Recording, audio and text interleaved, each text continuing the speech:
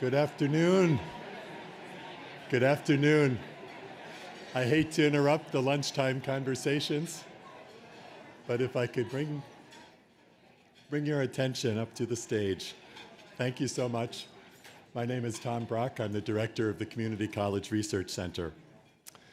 So as our CAPR colleagues first got together to plan this conference, of course, one of the first questions we had to address is who to invite as our keynote speaker.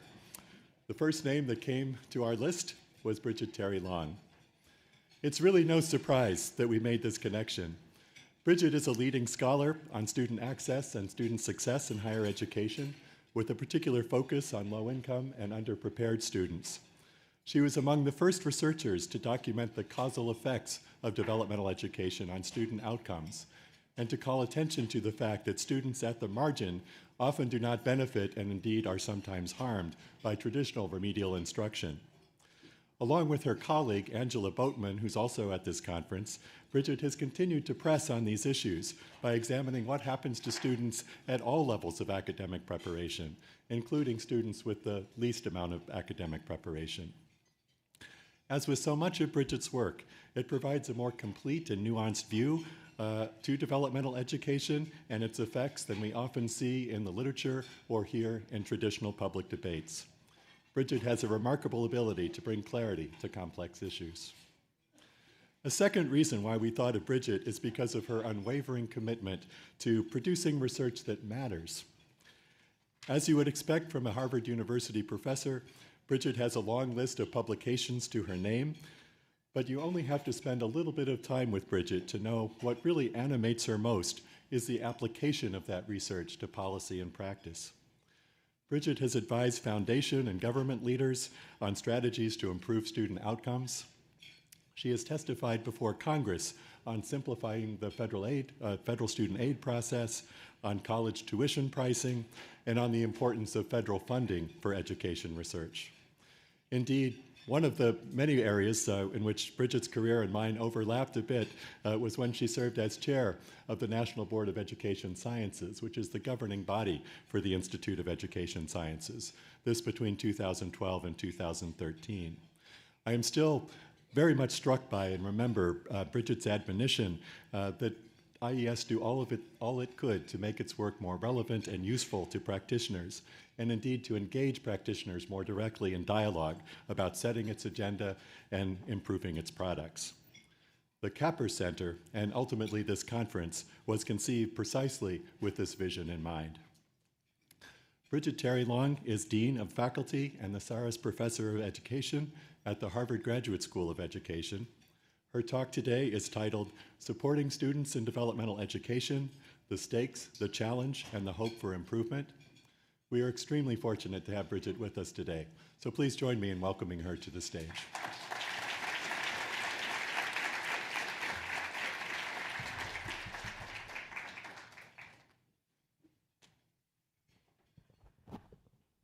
Well, good afternoon.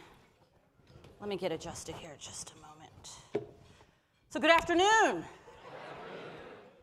It is absolutely wonderful to be here. Thank you so much, Tom and Nikki, for inviting me.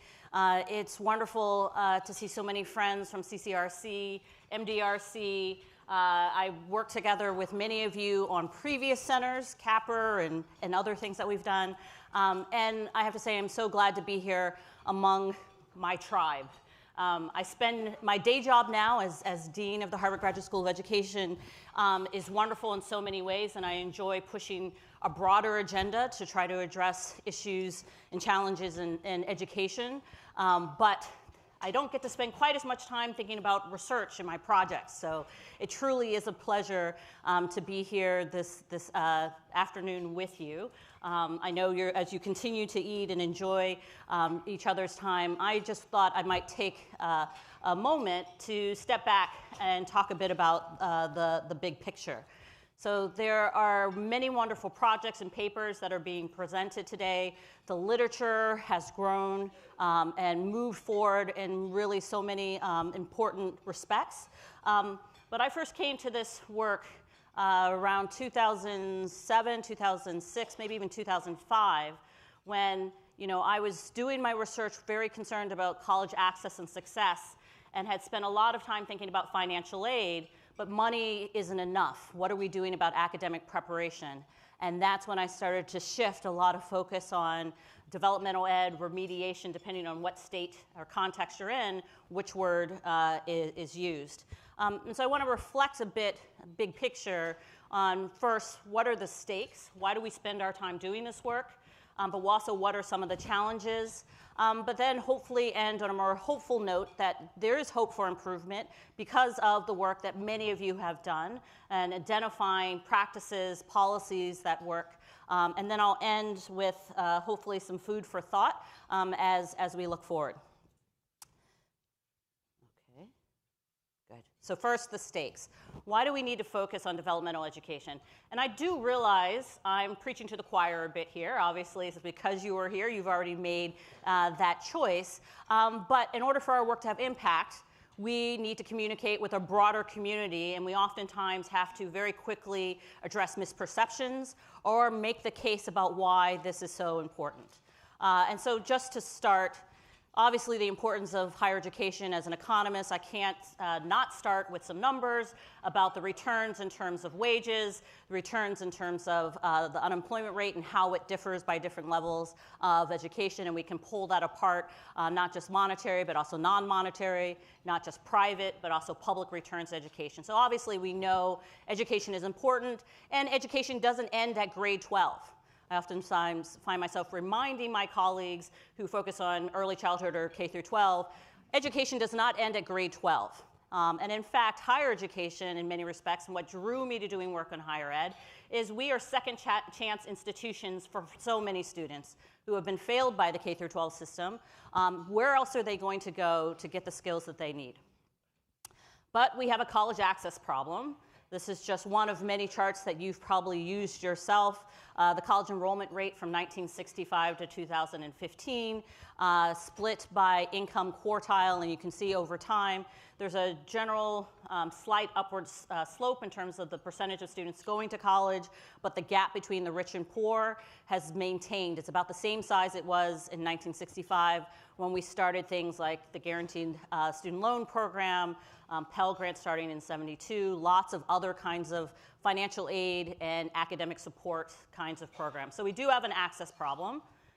And we also have a persistence problem. And as we've gotten more data from state systems, from university systems, where we can track students even across schools or use the National Student Clearinghouse to track them even across state lines, we know that persistence is a problem. This graph is starting with 100% enrollment in semester 1 and then maps out 8 semesters or 4 years, seeing how students are not persisting and the differences that we see by income.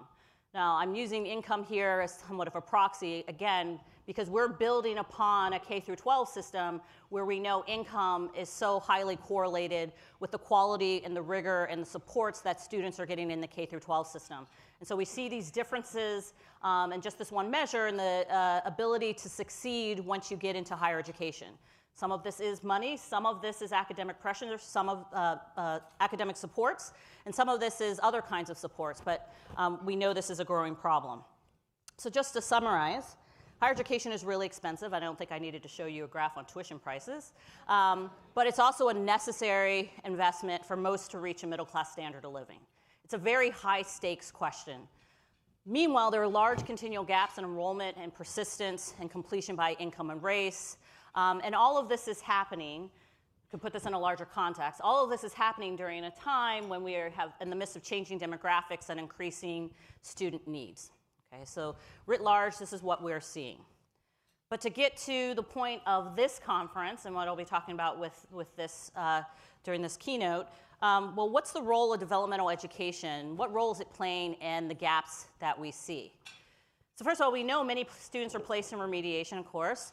Taking some statistics from Complete College America, 51% at the 4 years, 51% who are seeking an associate degree require remediation, 21% for those who are seeking a bachelor's degree. Of course, depending on how we want to define that, depending on how we want to categorize courses, those numbers can go up or down.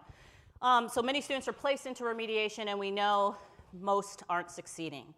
I actually want to bring back some data that I used with Eric Bettinger looking at Ohio when we first started to get state administrative data. And so this is looking at the public four-year colleges in Ohio and just tracking outcomes for 6 years. And you can see those 64 or almost 65% of those who didn't need any remedial education or DevEd graduated within 6 years in comparison to students who needed both math and English. And then you can also see the rates of them stopping out and not returning any place else in the Ohio public higher education system. Now, obviously, there's some selection here, and the last thing I would want anyone to do, although I've seen some policymakers do this, is to say, oh, obviously, remediation doesn't work. Okay. Yes, obviously there are selection issues behind this. We have to get to some kind of apples to apples comparison to really understand whether or not remediation is helping or not. But it does certainly tell us that we have a long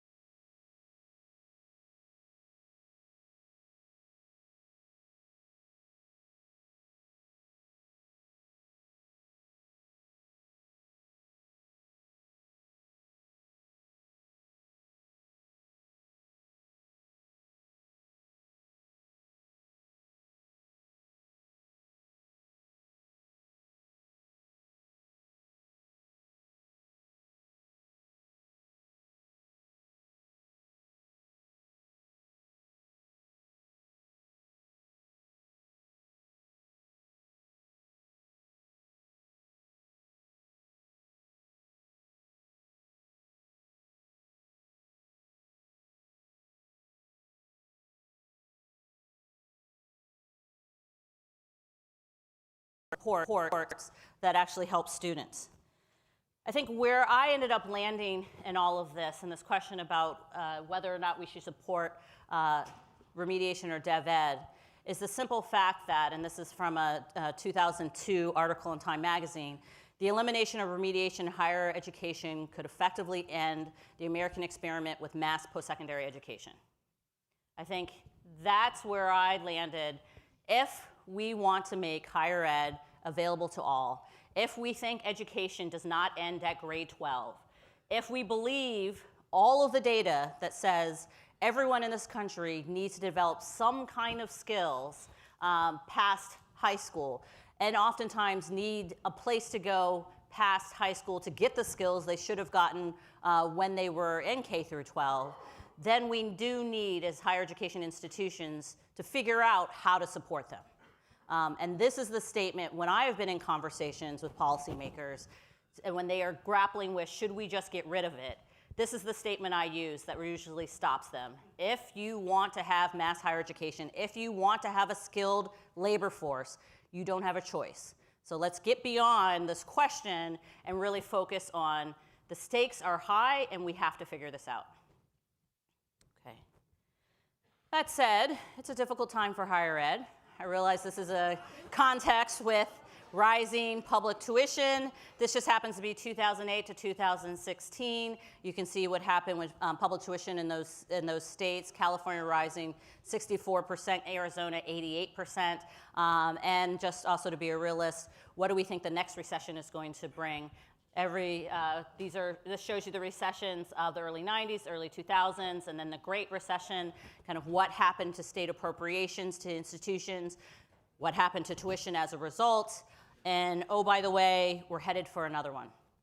There's a lot of questions of whether we're already in a recession, so keeping in mind that as we engage in conversations with policymakers, as we engage with institutions, with faculty, with other kinds of supports, with foundations, we are doing this at a time when it's not as if there are endless resources. So unstable and declining government resources, changing student demographics, increasing competition, increasing accountability, and also labor market demands. So developmental education is absolutely essential. We have to solve this problem, but I would just say the degree of difficulty is pretty high. Don't worry, I'm getting to the hopeful part of the talk. It's there. I oftentimes find, and in so many of my lectures, I tell you the sky is falling and it's horrible and it's worse than you think, but there's hope. We're getting there. So getting more to the challenge of trying to figure out what works in dev ed, and just starting to, just with the acknowledgement, there's no silver bullet. There's no silver bullet in education, and you can see so many different trends. Online education is going to save the world. It's going to make education, higher education, accessible to everyone. You know, every 10 years there's some other silver bullet, and we know that that's just not what actually makes meaningful change in supporting students, and it's certainly the case of students who are academically underprepared. But it's certainly getting a lot of attention. This is an old photo, a billboard about Austin Community College. People are noticing that graduation rates tend to be pretty low at some institutions and questioning what's happening with their tax dollars. But then quickly, people get into a bit of a blame game. And I'm sure you've heard some of these arguments, but they'll probably summarize how deep the blame game can get. So there was an article in the Chronicle of Higher Education, October 2015. I not only happened to read the article, but I went down to the comment section, where you often find lots of lively discussion. I highly encourage you doing that unless the article is about you, and then I would say don't do that. Comment number 1. Four-year colleges should not be wasting resources remediating the failures of high schools and or the students. If students didn't learn the high school curriculum the first time, the place for them to learn it now is back at high schools. Okay, what if you're 26? But let's go on. So under that, I get your point, and to keep the commenters anonymous. And I agree. However, I would like us to understand and admit that this is not only a high school failure. Remediation is often the result of K through 6 failure. They are promoted from grade to grade. So it's not the high schools. We're now down into the elementary schools. okay? It's not necessarily the fault of K through 6 either. As all teachers do, they do the best they can with what they're given. Parents don't put their kids high enough on their list of priorities. It's the parents' fault. It keeps going. It's a larger cultural failure. We can start with the legislatures that fail to adequately fund education and the voters who let them get away with this. So now I think you'll probably go back and read some of the comment sections because there's great fodder there. But no, I think this just in this one feed kind of gets us to, yes, okay, we think it's really important. Yes, we know we need to do something about it, but who do we blame? Again, though, coming to the point of higher ed, it's in your lap, you have to solve it. And there's so many questions that we debate as we approach developmental education. Why are so many students in the courses themselves? Not to get to the blame game, but to think about what we might fix. What do students actually need when they arrive at our doors? What are the skills and supports that we need to give them? How should institutions provide developmental education? And again, what should they provide inside those courses? And then what else is needed? Well, one thing we know that has not been fixed over time is the fact that the disconnect between K through 12 and higher ed. This is a citation from 2003, but I think it still holds true today. The fractured system sends students these vague, conflicting messages. I oftentimes, when I'm with a group of K through 12 educators, I ask them, how much time do you spend talking to your colleagues in higher ed? How often do the 12th grade English teachers speak to the freshman writing or literature teachers? And then you can ask the reverse. And it happens very, very rarely, even though for students, this could be the difference of 2 months and the handoffs there. So we still have a lot of misinformation out there. If I'm meeting my high school requirements, it must mean that I'm ready for college. That community colleges don't have academic standards, which isn't true. That I should just take easy classes, get a high GPA, but actually you want to take more rigorous classes. Again, this is coming from an earlier citation, but in recent years, I think it's in many respects gotten worse as many states have gone towards high school exams. I know in Massachusetts, the MCAS exam, where people think if I pass that, it must mean that I'm ready for college. The MCAS, though, is an exam that is taken in the 10th grade that is testing you on 8th grade material. That is not a signal for whether or not you are ready for college. So we still have this problem, and you haven't seen the connections between all these new exams that have bubbled up and being clear with parents and students of what they are telling them about their readiness or not. And there's tremendous variation in student needs. I want to call out Angela Boatman, my co-author, in some work looking at Tennessee, where placement, and this is when we were trying to sort through how the system placed students, looking at ACT or SAT, whether you can go to college level courses, whether or not you're told to take the Compass exam, the algebra exam, or the arithmetic exam, and then again, you can end up in all these different places, depending on which courses, which cutoffs, and so forth. So keeping in mind that students have various needs, although clearly we spend most of our time really thinking, and most of the research, given the fact that it's easiest to get to that apples to apples comparison that I mentioned before, at that kind of top group, the ones who are just below being ready for college level material. But what does that say about the students who actually need several courses before they're going to be ready? And so how far, given that a lot of the literature is focusing on that top group, how far are things like co-requisite remediation really going to get us for helping all students, in particular those with the greatest needs?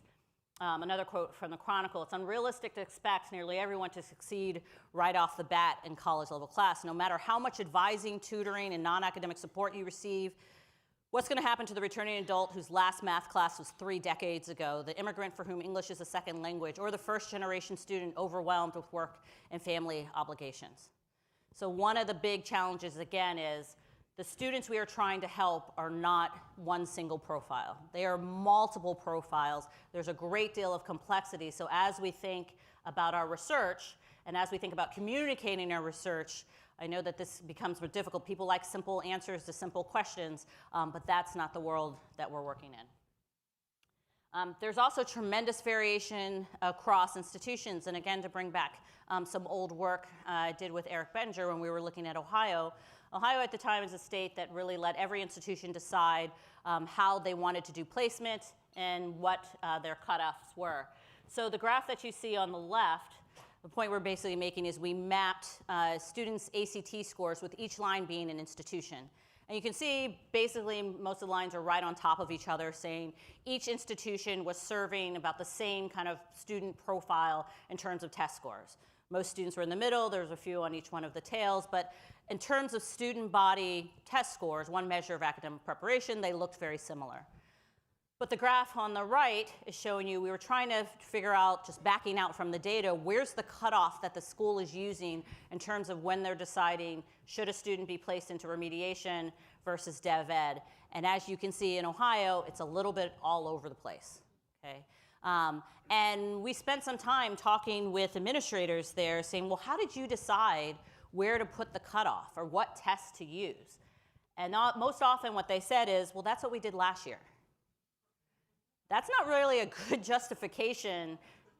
That's not the kind of justification that we want. And I think a lot of institutions, again, this is coming from a study that was about 10 years ago, were really kind of just trying to make it up. And oftentimes you would also hear stories of administrators who just had some belief that remediation was either good or bad, and so set the policy like that, and then people just continued that process.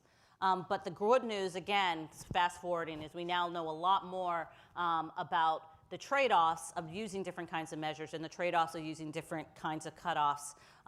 But again, I'll come back to that.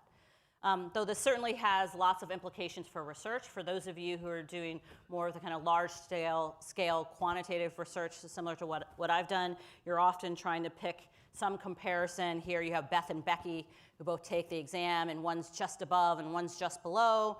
And you try to compare their outcomes. You know, again, very, very similar academic preparation. We're actually building this based off the fact that we know tests are noisy.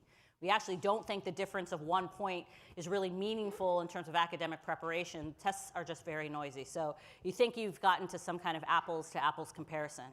But again, speaking to the researchers in the room, you know, you have a bunch of problems because that's not actually how the world tends to work. First of all, it may be that Beth takes remediation anyways.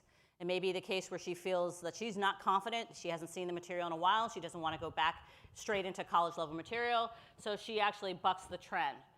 What you're more likely to see, though, is Beth, if she's particularly motivated, or as we've seen in the data, she comes from a higher SES group, a more fluent group, she's more likely to say, can I take the test again? Can I take it again? Can I take it again? And so we've even seen in the data some students just taking it as many times as necessary to test out of courses.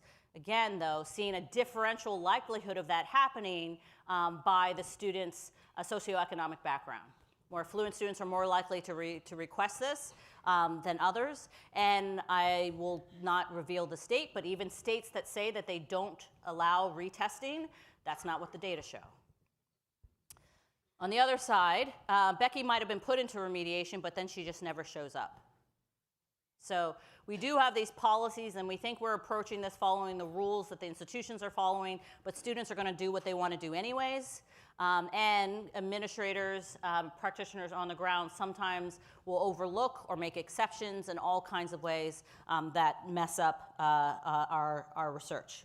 So as we are approaching this, we have these really diverse set of students. We have these really diverse set of institutions that differ in terms of policy, and then how it actually plays out in implementation also varies tremendously, even where you're seeing in the data, again, institutions kind of bucking the rules that are supposed to be in place, and sometimes even the policies or laws that are put in place. So really urgent, something we absolutely need to do, focusing on dev ed, high degree of difficulty, the larger context, but also these major challenges as we try to sort through what works and what doesn't. So now getting to the yay, we've made a lot of progress in the last decade. So the great news, and again, the fact that you are here, the fact that so many of you are presenting, if you just look at the agenda, the amount of work that has been done, what we've learned, and sometimes even figuring out what doesn't work is really valuable as well, as much as what actually does. There are a number of promising practices and policies out there that we've identified. So what have we learned? First of all, I think this has been an acknowledgement and we're seeing this in other parts of research, that process matters. Process matters. And so I remember some of the early work of Judy Scott Clayton when she was first starting to find out about placement policies and what tests were being used, but also how are students informed that you even have to take an exam. And then spending a lot more time paying attention to local institutions in my area, the community colleges and so forth. What's the letter that they're sending? What's the date when they're telling them? Oftentimes hearing from students, they have these new email accounts that they didn't realize that they had, so they're not checking them, and it's telling them all these different placement exams they need to do. And so then they're showing up and they're surprised. And so even if they had cracked open a book for a few days, they might have passed the exam, they're just not prepared at all to take this really, really high stakes exam, as I said before, the real gatekeeper to what post-secondary, whether you're going to get to do post-secondary education. And then the question of when are you going to be tested? I think all of us, if we reflect, there are classes where we did the exam and then the next day we promptly forgot everything that we were supposed to put on that exam.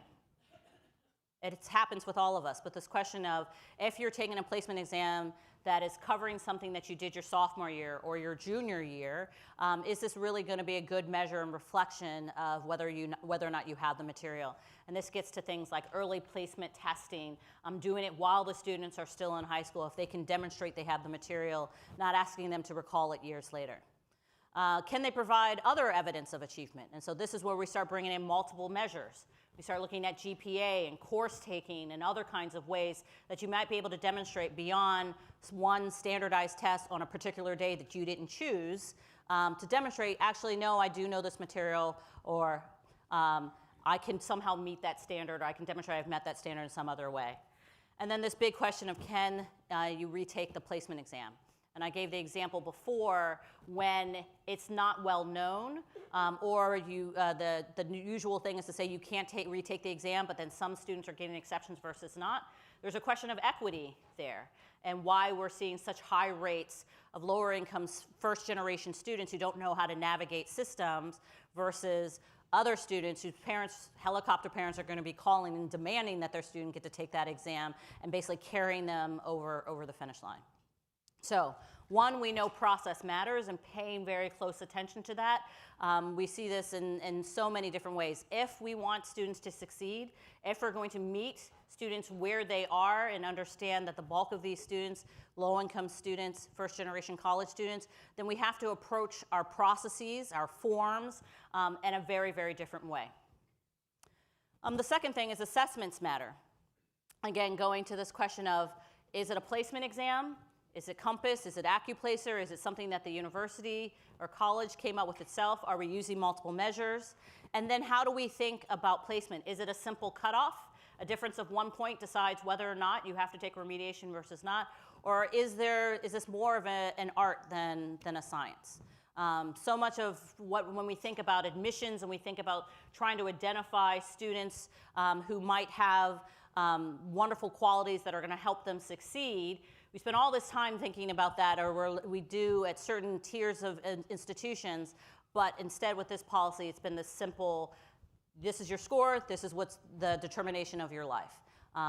How can we think in much more nuanced ways, looking at holistically at the totality of a student's experiences to determine what is the best placement for them and what kinds of supports do they need? So we've learned a lot more about that. We've learned that learning design matters. And again, this I want to go back and emphasize, K through 12 has thought for years about issues of pedagogy and engagement. Higher ed, I feel like, until there was this great deal of research on developmental education, and until there was also the push of online education, which really made people stop and think about, learning goals. And how we present information really matters, and how we engage with students actually matters. You didn't actually have that many you weren't hearing lots of conversations in higher education about actual teaching. I have a side theory that, so many of us doing research, we were thinking about interventions like financial aid and counselors and everything except what was happening inside of the classroom, because faculty are kind of scary and they get to do what they want to do. And now, we are definitely moving away from that, and I think faculty are coming to the table and absolutely should. But we're also talking about a number of institutions, those institutions that serve the bulk of these students. Community colleges, where there's such a value in teaching. Broad access institutions, that I think it's been a much more positive way to engage with people in thinking about their practice, about how they're delivering these courses. In a more macro sense, though, again, borrowing from some work that Angela Boatman and I did, again, looking at Tennessee, when they were experimenting with different models of offering developmental education and remediation, trying different ways of organizing the classes. Does it all have to be a one-semester class? Can we play around with things like different modules? So if you've taken the placement exam and you didn't quite make the cutoff, we know a lot more specific things. For example, you were fine on parts 1, 2, and 5, but you really need help on 3, 4, and 6. Can we just have you take 3, 4, and 6 rather than having to take the whole course? Thinking about things like that with modules. Mainstreaming for some students, maybe it is appropriate to just put them in college level courses, not that this solves the need for everyone, but you have started to see, and just looking across your papers, you started to see a lot more experimentation with how do we deliver these courses and how do we support students, and starting to find differences in the effects of whether or not students are actually going on and that this is setting them up for success according to particular learning designs. But again, given the diversity of the students we're serving, one size does not fit all. And I think a lot of the conversation, again, has been very much carried on these students who are just below the cutoff. But there's a big difference between those students and students who are much farther down in terms of needing multiple courses. Again, the question I would ask is, what do we do about those students? Do we give up on them when they're 18 or 26 or 36? Or do we really have to figure out what we do for those adult students, again, who are really at basic skills levels? Recent high school graduates versus older students, another difference. And then doing some work with Juan Carlos Calcagno, we were finding differences by gender, by race, by income, which we had some hypotheses had to do about how the courses were delivered, who was teaching the courses, who was more likely to benefit from smaller courses versus larger courses, or the gender of the instructor, or supports, help-seeking behavior, and other things. That was very, very nascent, but I encourage you to push in thinking about, again, it's not going to be one size fits all. Can we match which kinds of courses or supports or delivery systems help particular kinds of students? And then finally, academic success requires more than just academic supports. There's all kinds of other wraparound services that are necessary. And in my current job, we spend a lot of time realizing the fact that students who are struggling academically are oftentimes also struggling emotionally and socially and lots of other ways. When you look at data about why students leave college, it's never quite so simple as it's just money or it's just this. It's usually a combination of factors. And so in order to help them be successful, we need a combination of factors. So there is a lot of hope. We've learned a great deal. There's a lot of promising ideas out there. And it's amazing to see how the literature has moved forward so quickly and the conversations have moved forward so quickly and even a decade. So looking to the future, want to leave you with several things to think about. The first is, and this goes back to when was first approaching this literature and this just kind of larger scale question of, what's the point, okay? We want to help underprepared students be successful. And given the fact that so many of our measures, the things we're actually able to track over time, are things like how well do they do in their first college level course.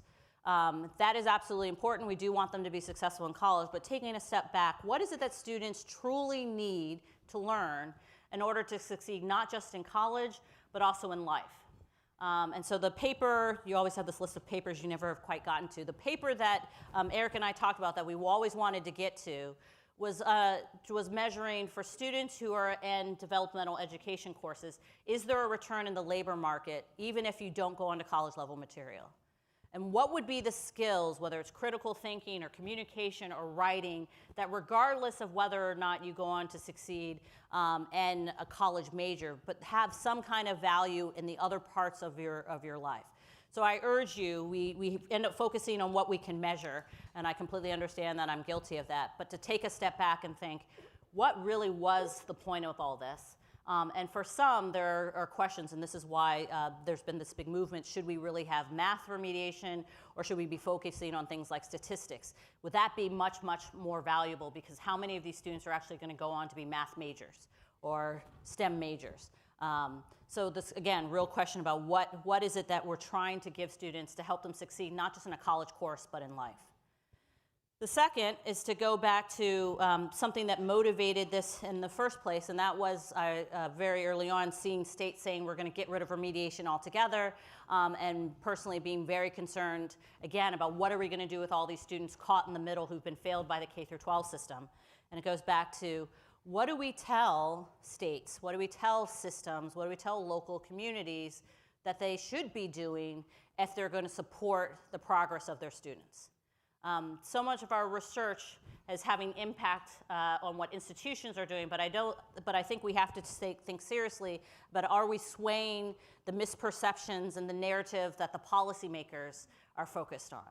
Obviously, we've had recent movement in terms of states saying co-requisite remediation is going to solve all problems in the world. It's going to solve some problems for some students in some contexts, but how do we push them to think even more deeply about this? And they are definitely swayed very much about having skilled labor forces, about having skilled labor able to function in their states. And they're going to have to, if we're going to actually deliver on that, given where the economy is going and the needs of the economy, we're going to have to go a lot deeper than just helping those easy to serve students who are kind of at the top. We're going to have to figure out how to help students who need a lot more supports and preparation. And then finally, and again, hitting the point about the diversity, how do we figure out what works for whom in what context? How do we move more towards personalization? And this is a larger theme in education. You hear this in K through 12.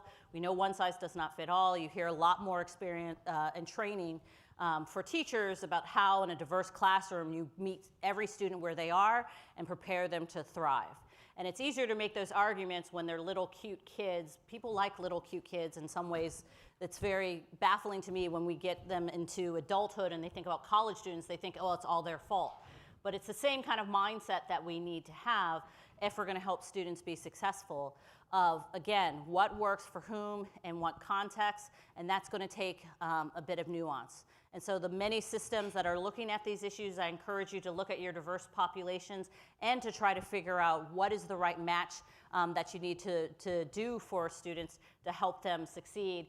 And then we have to figure out the harder part of how do we convey that nuance. And it kind of goes against policy. Policy is all one size fits all, but actually what we're talking about here is giving institutions and educators the resources they need to be able to match what students actually need to be successful.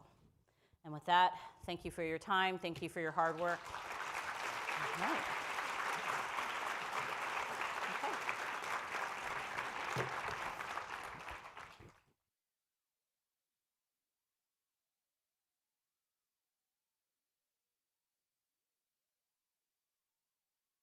Much for that rousing presentation, Bridget, and for ending us on a note of hopefulness and possibility going forward.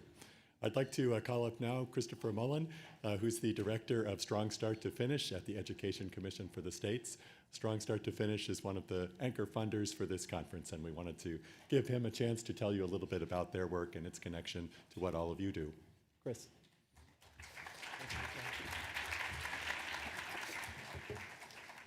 Good afternoon. Good afternoon. So, yeah, I was a teacher. I taught early childhood, elementary, middle, and high school, and a professor. I can't get in front of a room without making sure everybody's with us. It's great to be here with you today. As I was introduced, my name is Chris Mullin, and I have the distinct pleasure of being the Director of Strong Start to Finish at the Education Commission of the States. It's a project focused on scaling change in developmental education reform. And as I sit here and look out across the room, it's great to see friends and colleagues I haven't seen in some time. Michelle Vanoy and I just saw each other out by the coffee shop. How are you? There you are. Good to see you. And think about all the work that has been done over time by all of you. Right? This is your work. People in this room, people watching via live stream, people going to work every single day. It's their work. And I've had a great pleasure in my professional career to spend a lot of time working alongside of you and learning from you as you undertake the change and the research and the studies that help move this work forward. Newer colleagues I've met over the past couple of years since joining Strong Start 2 years ago, the people at the Dana Center and Uri Treisman and others, the funders in the room who have committed and kept a policy focus on this issue space and not pivoted to something else that looks a little bit better, maybe just a little bit more interesting. And then to all of you who I have yet the chance to meet, who are doing the work every day, right? Who come in to their office, sit down in silence, and do the hard work of change. And so I had a chance to look at the attendee list before I got here, and I kind of made this little word cloud, which is fun, right? Because everybody's name is now in lights. We're all presenters. We're all stars in this story. And then one thing I'm like, why is my name kind of big in the middle right there? Like, what happened? And it finds out there's two other Mullins in the crowd. So thank you, John. Look forward to meeting you. And there's a Jason as well. Jason, pleasure to meet you, my distant kin. If there are any Dehans or Bordeaux's, let me know too. I'm happy to catch up. But, and had I known, I would have changed a little word cloud angle this way. But all of you are here, and this is our collective experience, right? Our collective work. It doesn't belong to one person or one entity or one group. It belongs to us, to each of you doing your work every day. Those in this room and others unable to be here are responsible for the early work and progress that has been made. And in the process, we have learned so much in the areas of research, policy, and practice. Rigorous research like that funded by IES and other funders have advanced our knowledge about what works, and the evidence is overwhelmingly clear that our reforms are working, not perfect, but working. The research benefited from informs our practice. Those agents of change who wake up every day to silent accolades and drive forward to take risks and improve not only their practice, but that of their peers for the betterment of their campus community. And finally, our colleagues who engage in a no-holds-barred world of policy maintenance and making. Joanna Duncan-Potier, Robert Todd, system leaders, like we heard from Massachusetts and Louisiana before us, that wake up every day and have the hard work to translate the research and practice into the policy that supports success. With a keen sense of timing, you shape and reshape the structural frames within change is possible and equity is doggedly pursued. Today, we've heard about the work of the Developmental Education Initiative, Completion by Design, CAPR, and a number of different activities and entities that have existed over time to advance our understanding and our work, and others who shed light on the problem through research such as the Assessment of Evidence series. Remember that one from a while ago? And then there was both versions of the core principles that took what we're learning and put it into documents, into words. We're in the process right now of updating that, and so it'll be coming out hopefully next year with the partners in this space, or have interviews going on with leaders, practitioners, and researchers, many of whom are in this room. So look forward to that coming out. And a recent collection of evidence in a National Academies study, right? That said the evidence for these reforms is overwhelming. Contributions such as these have advanced the country's appetite for solutions that showed early success. You know, we've talked about our progress going from 7 states that had multiple measures placements in 2010 to 19 now with 8 other ones contemplating some kind of policy. We've gone from 2 states that have looked at some kind of delivery, and now we're at 21. Progress is being made. The research is actually informing the work that we are undertaking every day. Is it perfect? No. But we can't let perfect be the enemy of the good. For us at the Education Commission of the States, we believe in the power of learning from experience. Every day, we provide education leaders with unbiased information and opportunities for collaboration. We do this because we know that when policymakers are informed, they create better education policy. One example of our effort is the Strong Start to Finish initiative. We are a network of like-minded individuals and organizations from the policy, research, and practice space who've come together for one reason: to help all students, not just the select few, find success in post-secondary education. We believe in the possibility and power of change at scale. By aligning best practices, sound system and state policy, networking our knowledge, we can impact more students in more places in a shorter duration than if we were to work alone. Our goal is to increase the number of students who complete a Gateway Math and English course in their first year of study that's aligned to a program of study, to reduce equity gaps in college completion. It is substantial but necessary, and it can't be done in a silo. Our work is centered in 3 areas. We engage systems whose actions and evidence-based policies are working, succeeding with our goal of giving college students a strong start toward a degree. In 2017, we had an open call within 14 states and had 47 different systems say they want to work at scale. From there, we picked 4 systems: the Ohio Department of Higher Education, the State University of New York, the City University of New York, and the University System of Georgia. We've since then added Arkansas Department of Higher Ed and Arkansas Community Colleges and the California Community Colleges. So it's now 6 systems, 250 institutions, and 3.7 million students, all benefiting from changes in policy and practice in this space from your work. We work to deepen our knowledge of how they're achieving these outcomes, and we work with partners and funders to grow the network of success. In summary, we connect higher education systems and institutions with proven tools, quality technical assistance, and the financial and human capital resources to give every student the best start on a path toward their degree. On the screen before you are some of our insights. We're learning a lot of things. Part of it is the enabling conditions for success, like what do systems need? What kind of environment do systems need to work in? And this all comes from the scaling sites and the systems that we were working with. Also learning about grades, right? Blog and diverse issues, and they're here today. It's good to see you. Pointed out that most of these students of color earn Ds. And D's are great, but it doesn't transfer. It's not really success, and the student has to show up at a university and take that course all over again. And we talked about when we can't underestimate the importance of communicating during a system-wide initiative in a meaningful way, in a routine way, like the Maslow's hierarchy of needs. Like I just feel consistent and safe that they're always going to be there for me every day, all the time. And so, in addition to that, I listened to a lot of the conversations today, and there were like DevEd is not one thing. I was thought back to a conversation I had with a math department chair who just felt like demonized that the math faculty are the enemy of the world. And I said, I'm like, DevEd reform is more than just that. It's having measurable goals and outcomes so we know what to measure and what we're doing in a way that's consistent and rigorous. It's having refinement policies in place so even when we have the gaps, we just don't gaze at them, but we interrogate them and understand why certain populations aren't being successful. It's about placing students appropriately. It's about giving them the opportunity to accelerate through a DevEd sequence should they choose to be in one. It's about aligning the curriculum between the DevEd course and the Gateway course. There is an institution that is in our network that has 27 developmental education English courses, and they're all a prerequisite for each other. That's on us. So much we do is on us. The blame game is me. I channel my inner Michael Jackson thinking about the man in the mirror. It's nice to know that everybody has a hard time. We all have our own personal stories. I was a Pell Grant student when I went to college. We can sit and talk and learn about each other's own paths. But every morning we wake up and make decisions about what we're going to do today. And I just encourage you to think about what are you doing today? What do you have control over? Can you get rid of the 27 English courses and get it down to 10? Right? Can you do something different that you have control over to make a difference in the lives of the people, to remove structural barriers so we don't have any more of these equity gaps that exist? What can you do? Not what about somebody else and the kids? True, absolutely true. I taught in Spanish Harlem. 98% of kids are homeless. I understand. One of my favorite students stepped in a cast iron bathtub because bullets don't go through it. And she'd come to class every day. Understand that, feel that. My question for myself is, what can I do?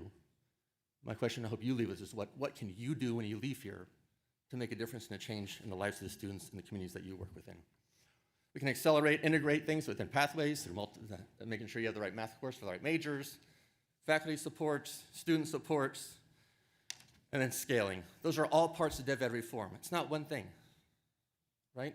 So when you leave here, you know it's a part about institutional transformation. It's about changing the way and practices of what you do and how you do your work. And so lastly, I'll say thank you to everybody for here, via live stream, people who can't be, who are teaching a course today as the semesters get to an end and would love to be here. Thank you to Teachers College and CAPR Group for putting this conference together, for IES for being a partner in the work and supporting them for over the time, so we have the evidence that we have. I would just like to close and say, strong start to finish, we were recently awarded $5.35 million to do 3 things. Support research, equity-focused research. So as you engage here and share with the staff your research ideas or questions you need to have answered, we're going to talk and figure out how we can help support get those questions answered, right? For those, some of the money is going to go to our current systems to really focus on some of these targeted areas that they need to advance as they identify barriers in their own implementation. And there's opportunity for systems who might not yet have had the opportunity to engage in this work or have just started the work and need support to get the support they need in a very targeted way to implement some kind of change. And so together, we can ensure more students experience success in their first year of college. Together, we can empower policymakers, leaders, and practitioners to make decisions that positively impact their students and communities. And together, we can ensure experiences and outcomes will not differ by age, ethnicity, income, or race. In closing, I'd like to thank you for all you do every day, and know that every day you go to work, there are silent angels on your shoulders, the people in this room, the people at Strong Start, that are behind you 100% of the way as you do what's best for your students and your community. Thank you for the opportunity to be here today.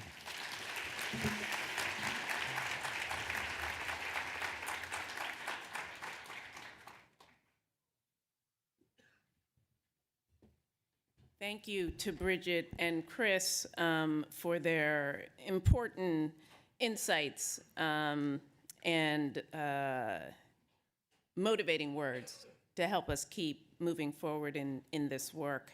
I've had several people come up to me today and say, I can't decide between the concurrent sessions. And I think we're only making it a little bit more difficult with this round